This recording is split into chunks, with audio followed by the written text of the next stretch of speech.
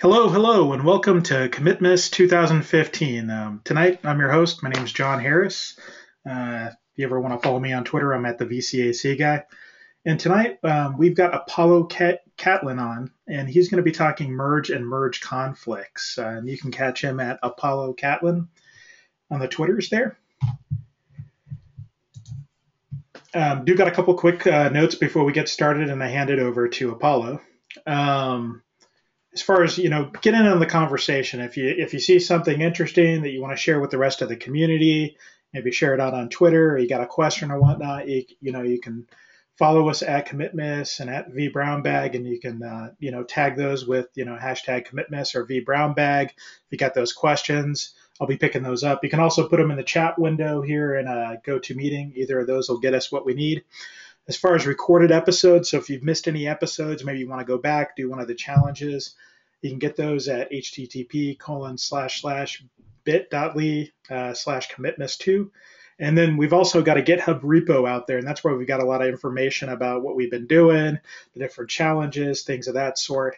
And that's going to be at https://github.com/commitmas/30 days of Commitmas 2015. So with that being said, give me just a moment here, and I'm going to go in and hand the reins over to Apollo here, and I'm going to let him take off with merge and merge conflicts. So I'm handing it over to you right now, Apollo. Hello, everyone. So I'm Apollo Catlin. Find me on the Twitters. You can find me at GitHub, same place. I generally live my regular life as a senior infrastructure engineer at a company called ThreatStack, where we do host-based security for AWS servers.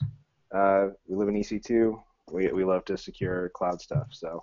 But I have a previous life as a QA guy and a build engineer, and I've had to do a lot of merging for a lot of people. I sort of want to lead off with I definitely started in a Subversion world too, and I was the person doing actually all of the branch merges for 40 developers for about a year.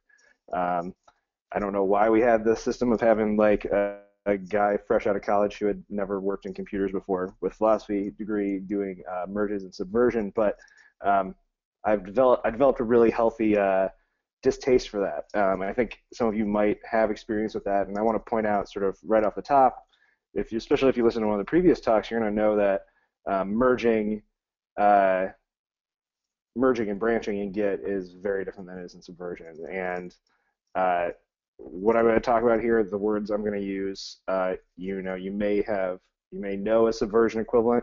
Do not think about it like that. Definitely go back and listen to some of the other talks. I'm sure someone's talked about how Git is sort of a pointer thing.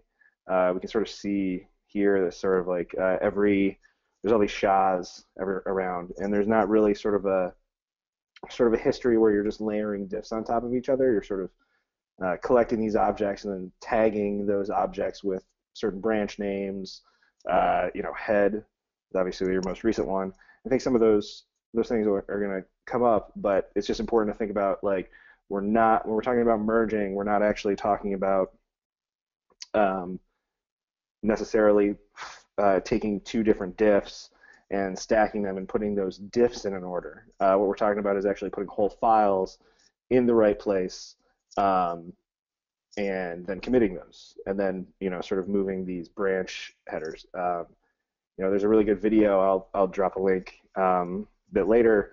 There's a really good video that you might want to go out and look at that helps describe how Git works for branching and merging really well. It's called Git for Ages 4 and Up. I can't remember the guy who came up with that. I've seen the talk a couple of times, and it's a really great talk. He uses Tinker Toys to describe how these things work, and that visualization is actually really good. I don't really have the ability to help you out there. I'll show you some images that I grabbed in a bit, but it's really worth checking out, and it's really important that you guys are not thinking about this stuff as a bunch of change sets, but as like whole files at different points in time and trying to figure that stuff out. It'll help out when we're talking about merge conflicts in a bit. I think other people have covered it too. Especially when we're working in teams, larger teams, and it's not just maybe one person committing to their own Git repo. You got to be thinking about how you're doing merges and how you're maintaining your own workflow. Someone's going to talk about it. I think the next talk is going to be about rebasing, but you should definitely listen to that talk, because rebasing, at least if you're just doing it as part of your own local workflow, it'll sort of prevent a lot of merge conflict situations from arising later in a process, especially when you're working with larger teams. So definitely also want to check that rebase one out. So I'm just going to get into it in a second. I'm going to go through the basic sort of merge process and the basic sort of a couple of sort of reverse merge scenarios, because reverting merges out is just it's another sort of little esoteric thing about Git that people get very confused about. So just gonna run through a couple of things, and I'll show you guys on GitHub how to do this stuff. And if you guys are using GitHub, I would definitely encourage you guys to be looking at doing it there. It's actually works quite well, and I'll show you how to do it there. Especially if you guys aren't coming from on the command line, GitHub really helps. Cool. So I have this little project. It's called Merges. It's called the Merges. You got a couple of files here, just a couple of demo Ruby files. Just sort of using the convention from the Git book. So I have these two Ruby files. I have some history already. I printed the history out very recently with this. So you see we got sort of initial commit, SHA. I have a feature branch where I added goodbye RB file. And then I did a different commit over here on the master again. And again, this is actually reference origin master, which is also pointing out that I've pushed this up remotely already. So some of that stuff is going to come up in a minute. So yeah, just first things first, we got these two. So I'm on master. Let's say I just want to create a new feature branch. Let's go check out. Okay, so I'm here, feature B. Got some fun stuff. Let's change this to whatever, hello Mundo, the classic Git merge example. So really so I'm just going to commit this. Commit. -am. I'm doing the A because I just want to get all the changes. I'm being really lazy right now. I could do a git add, but that is doing essentially the equivalent of an add star, not an add all. So that will not pick up new files when I do that. It will just pick up changes to files that I have already committed.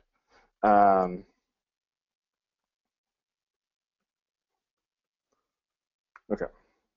So I got this feature B branch. Cool. So I just want to merge it. So we're just going to go back to the branch that I want to merge it into. So in this case, I just want to merge it into master. Okay. You see again, we're up to date. Excuse me. We're up to date with origin right now in master. Really, at this point where it's really, really basic, I'm going to perform sort of the standard merge, and I'll talk about what happened in a minute.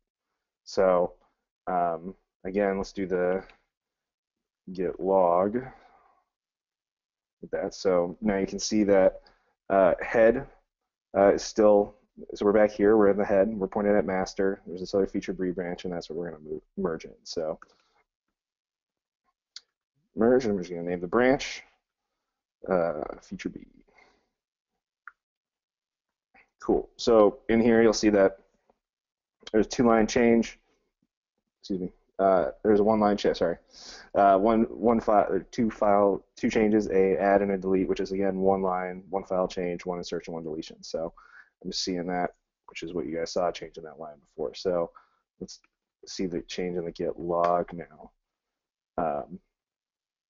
So you can see what we actually did here. So if you're looking at what some of these tags that we have, is what we really only saw move is we saw, when we're up here, we saw this head pointing at head to master ref, all we're doing is seeing that being pushed up here to this new revision. Nothing really, it might not seem that crazy. It just sort of looks like that merge is going on top. What's actually happening is we're having a fast forward merge right now, so that you'll actually just see that reference, again, where Git is a pointer thing, there's not like changes. We're just saying, okay, well, this is fine to just go in the history. So now we can just make this new commit the reference for both feature B and master, because all we're doing is adding this one change, right? Sort of the basic, that's sort of the basic thing, right? Now, that's generally, whenever we do that, whenever you do a merge really like this, or really once you have any successful merge, you absolutely want to get rid of the branch you just merged in. I think, there's lots and lots of reasons for it. I think the big one is you can end up with a lot of situations where stuff that you're going to try to do, or you may try to redo or fix, once you're pushing those changes up later in the process, that stuff's not really going to work. And you'll see why a little bit later when we talk about some merge conflicts and merge conflict resolution, because Git actually is doing a lot of merge conflict resolution, which you'll see in a minute. Yeah, so cool. So that's the fast forward option. Now, there's another option called no fast forward. I'm going to show you a picture quick. No, that's not what I was.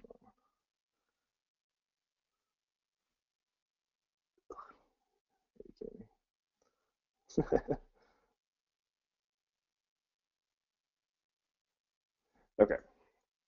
So these are some nice images from Atlassian. They have really, really great Git documentation. You guys should all check it out.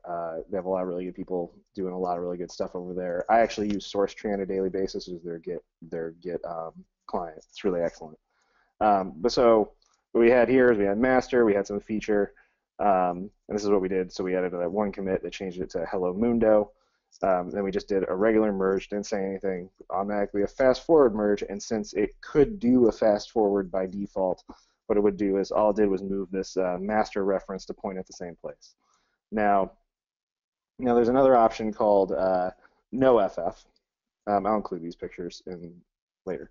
Now this is actually what you might be more familiar with if you've used GitHub's pull request feature before, and I know people might have talked about this in previous days of Commitmas, but this is specifically the type of merge that you will be seeing there. Now, the difference, instead of just moving that reference, here we have sort of more complicated history, and we might also want to track who's doing something. So we might want to track who's doing that merge versus just the work that's getting done. Certainly in the case where, like I might have had at one of my previous companies where I was responsible for merging for teams, you will want these sort of merge commits to get created. And now that's really what happens when you do a no fast forward. So you'll see that, sort of you do the feature here, it gets merged back in, and now you have a new reference point that now has two parents. I think, again, I'll talk about that a little bit more in a minute. But what this is doing is basically saying, so we want some files referenced from here, some from here, and we want these sort of blobs to line up, and the files work here, but we've recorded an extra commit in this situation that says that we've done a merge. I'm going to do a little quick branch, and I'll show you guys how that stuff looks in GitHub as well. So let's do B.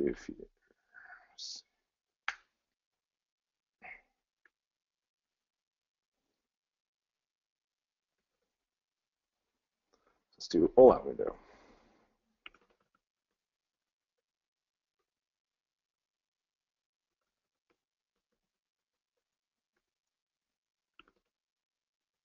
So push this up. I'm really lazy, so I just do git push, and then it gives me this nice little thing, and let's push it back upstream. Okay. So, and this is pretty much this is the only type of merge you're actually gonna perform when you're in GitHub. It doesn't give you the other option, and that's sort of a really good thing, because they actually get you a bunch of other sort of fun stuff later. So again, this is sort of, we're doing a pull request. A pull request is just a server-side merge, is a good way to think about it. It's not It's not some special branded thing. It's just sort of a good, it's sort of a meta, description for what's happening in sort of this social interaction that's going on. Right. So when we're opening this pull request, we're really just creating a merge, and you'll see these words a little bit later. So base is the base of the merge, which is the thing we want to stack the new commits on top of, or stack the new commit or the new refs specifically. We don't put those on top, and what we want to do is we want to compare. Now, there's a different name for this, and you're probably never going to run into it, but this is the branch that you want to, the changes that you want to move on. Obviously, I just did this feature C branch. Be a good citizen and make a description for when you're working with other people. But yeah, so now we have this merge pull request, right? So what this has actually done, and GitHub has done some really, really nice stuff for you in the background, is they've actually done this merge already. They've sort of done a ghost merge, and now they're allowing you to sort of finally commit that merge. So there's some really good stuff that you can do with GitHub for this that you should definitely look into, especially if you're sort of responsible for part of your Jenkins pipeline for your team, if you're working on those build systems, really any part of the continuous integration system. When you're touching this GitHub stuff, there's a lot of feedback that you can have back and forth. Specifically, you can set up webhooks to check your pull requests and maybe push out to your Jenkins boxes. We do that. I've always been a big fan of doing it, but it allows you to have sort of these extra checks in addition to them just making sure that the merge works. Now, they've done a pre-merge, and they've verified when this is all green, there's a checkbox, and there's a button like this. It means that you can merge, and there's not going to be a merge conflict. If you do have a merge conflict, which I'll show you again in a few minutes, this just doesn't it'll turn red and you can't do it. And it gives you actually very, very explicit instructions to fix those merges locally. So again, see here, this is actually what Git will do. It also gives you some nice little stuff. Specifically, it gives you the ability to download this patch file if you like patch files.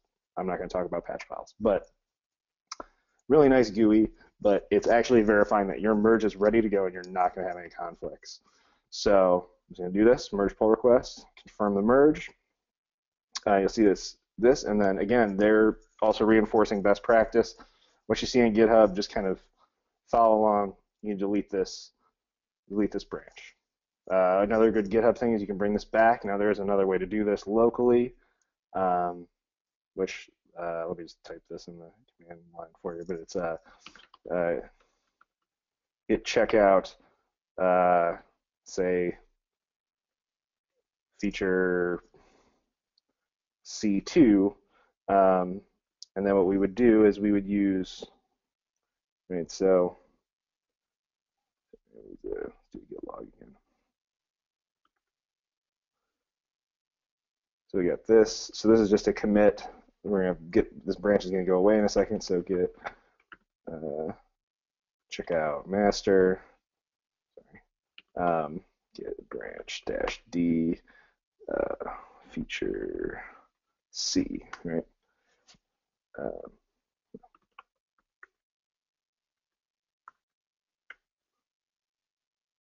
Cool. Branch C is done. So let's do git checkout feature C2.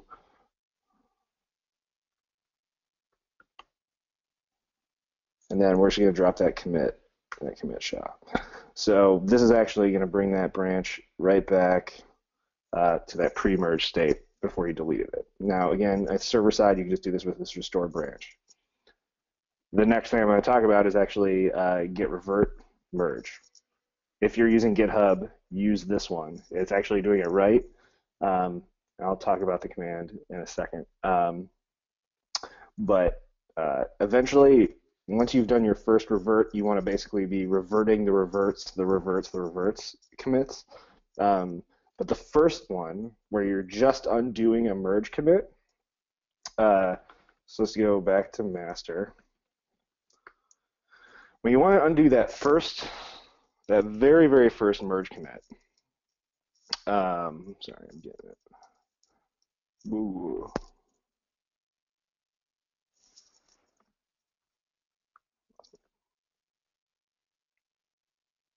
Sorry, I'm checking my notes. Oh, forgot the command. Yeah. So,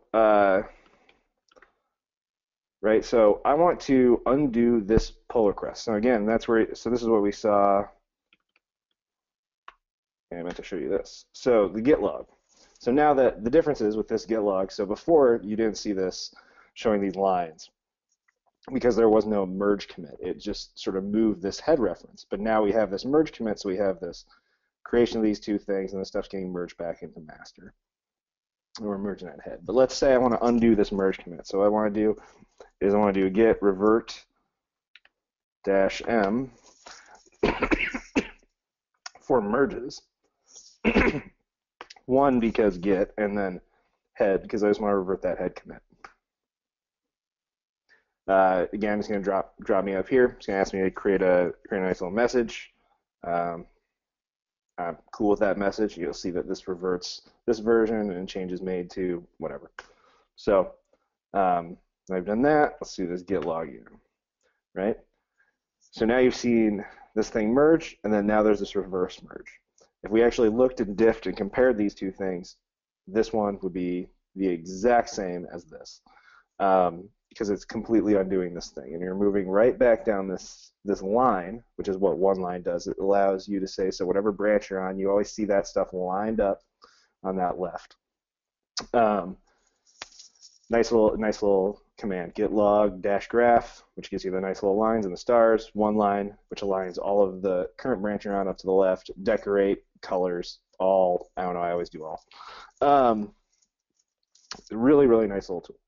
But so this reverse merge is undoing that merge. So if we wanted to undo this most recent merge, right? This reverse of the merge. Sorry, it sort of just gets into the recursion stuff, but you just do git revert, and then the SHA that you want to revert. So in this case, it's the most recent one. I could also do, head. Right? But do that. We're gonna revert this again. Make sure it very cool. So now we're back at Hola Mundo. Nice fun.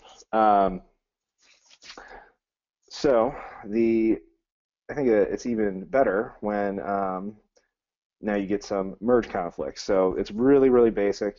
You know what's really going to go on with a merge conflict, but you have the conflict, you have files in place, you fix those files, you commit them, you push it, stuff is resolved. Again, GitHub will tell you exactly how to fix those merge commits in your pull requests. Definitely follow those steps, but again, you're just really fixing some code in sort of this step. It's really basic, unlike the version where you do have this sort of weird history stuff. And you just need to fix those files as they're sitting in your staging area. So do git merge, and I've constructed a nice, fun little branch for that should break. Nope. Oh yeah. Whatever.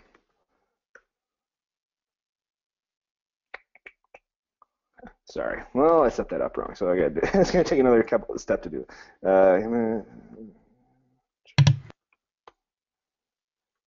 Feature C.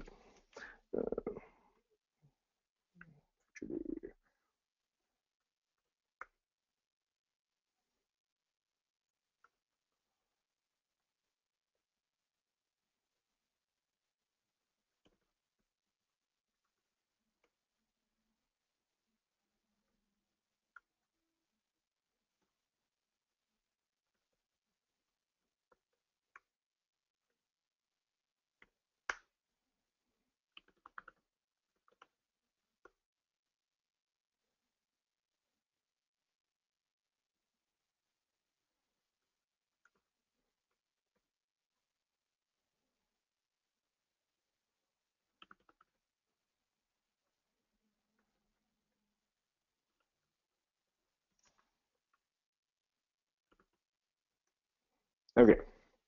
So now we should have two conflicting changes. So I'm going to do git merge feature D. So now we have conflicts. This thing will tell you exactly what's going on. And now I want to show you what that file looks like. So now that file we've created has this nice little syntax. So this separates sort of the A version and the B version. Head, obviously, above the line is going to be where you're merging to, below the line is what you're merging from.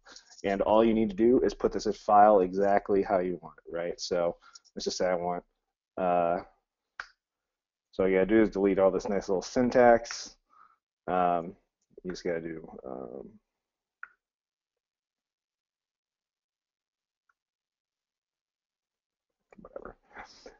whatever resolution you want at that point.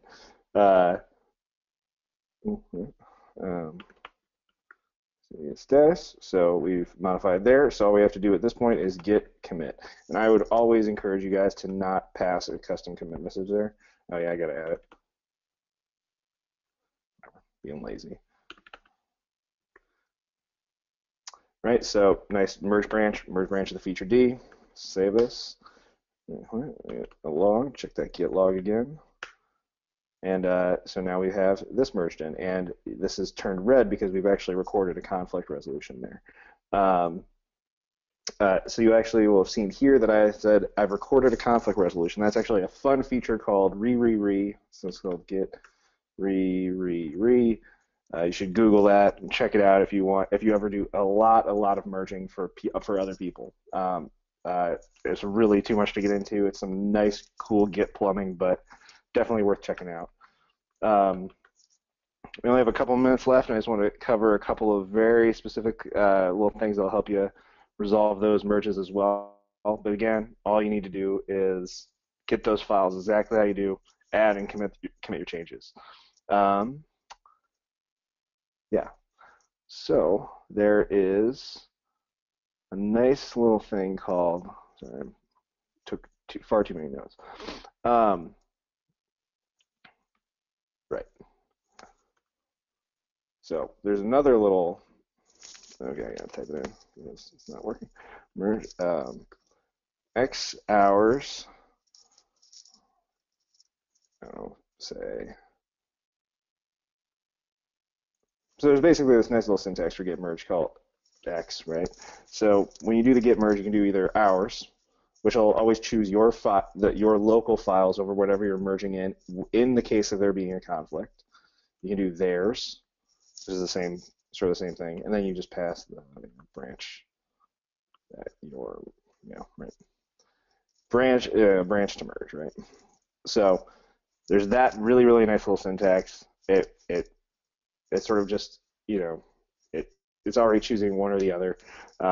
If you're running into three-way merges, you should really check out a tool called KDiff3 if you're on Windows. If you're on Macs, I'd really suggest a thing called Kaleidoscope, and you really will probably need to get into something a little bit more complex. There's a tool called Diff3.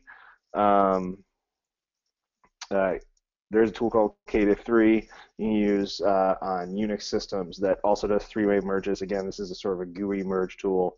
I would definitely suggest sort of looking into some of those when you are getting into more complex merge situations.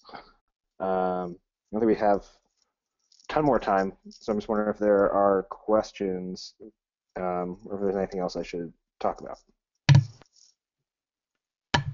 Okay, so I have not seen any questions come through. Doing a pretty good job of covering things, but yeah, I haven't seen anything come over Twitter or through the chat here. So that being said, I definitely appreciate you hopping on and covering the Git with merges and merge conflicts and things of that sort. It'd be great if it sounds like you're going to follow up maybe with Jonathan and get some of that other information out there. Some of those resources and stuff. There'll be some pretty extensive information on the GitHub. I'll get in the Commitmas GitHub tomorrow. I'll get a bunch of challenges together. Got some good links. I'll definitely throw some advanced techniques on there, and some more esoteric sort of resolution stuff. But yeah. Well, awesome. Thanks again for hopping on tonight, and I'm going to go ahead and stop the recording. Thanks, man.